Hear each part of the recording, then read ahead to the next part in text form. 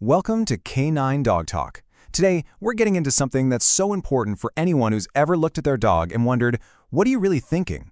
We're talking about what your dog wishes they could tell you. And it starts with a question that might sting a little, but we have to ask it. Is it possible that our totally normal, everyday habits are actually a source of secret sadness for our best friends? And here's the thing that's so important to remember. Science shows us that dogs feel things with the complexity of a human toddler. They feel deep emotions, sorrow, rejection, confusion, but they just don't have the words to tell us when we've accidentally hurt their feelings. And that right there, that leads us to the heart of the problem. Something we're calling the silent heartbreak. You see, they can't just speak up and say, hey, that bothered me. So it falls on us. It becomes our job, our responsibility, really, to learn their language. Their entire world revolves around us, and it's on us to make that world feel safe and happy. So how in the world do we start decoding those signals? Well, let's dive into some of the most common things we do that our dogs completely, and I mean completely, misinterpret. Okay, let's be honest. This one's probably going to hit a little too close to home for a lot of us. It's called the still face effect. Picture this. You walk in the door, your dog is ecstatic to see you, but you immediately glance down at your phone. To them, you're not just busy. They see you choosing a cold, glowing rectangle over them. And the reaction? It's a cry for connection. They might start clawing at your phone, barking for attention, or, and this is the part that just gets me, some will just give up. They'll let out this big, sad sigh, walk away, and go lie down all by themselves feeling totally invisible.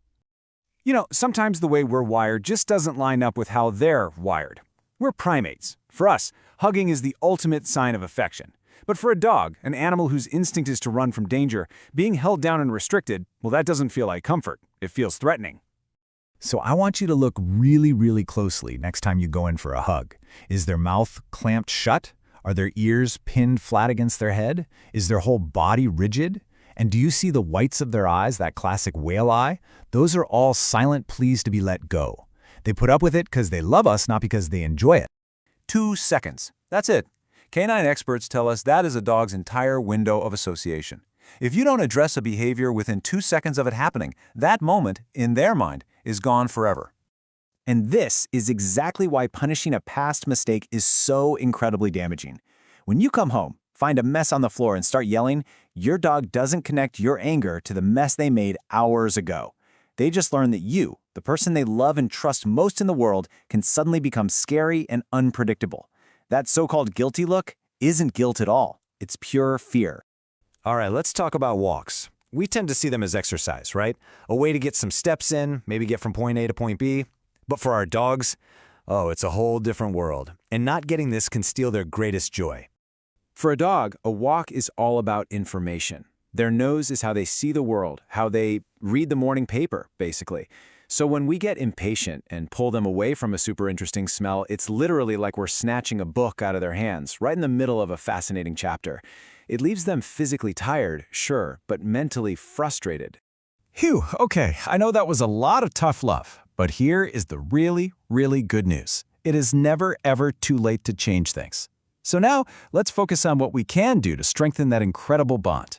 It really all boils down to 3 pretty simple but powerful ideas. First, just observe them. Really watch and learn to read all those little signals we've been talking about. Second, always communicate with patience, never with anger. And third, respect their choices and their boundaries, just like you would with any friend.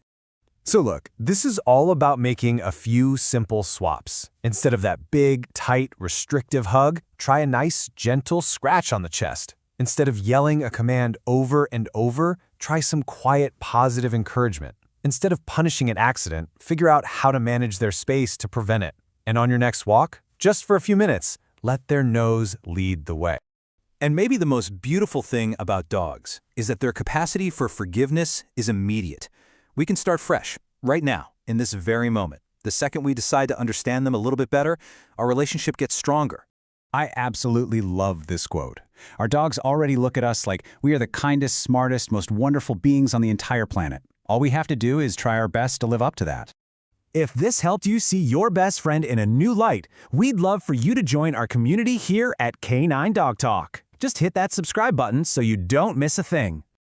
So, I want to leave you with this question. After everything we've talked about, what is the one small change, one tiny thing you're going to make today to better understand your best friend? Let us know in the comments below. We'd love to hear from you. Thanks for being here.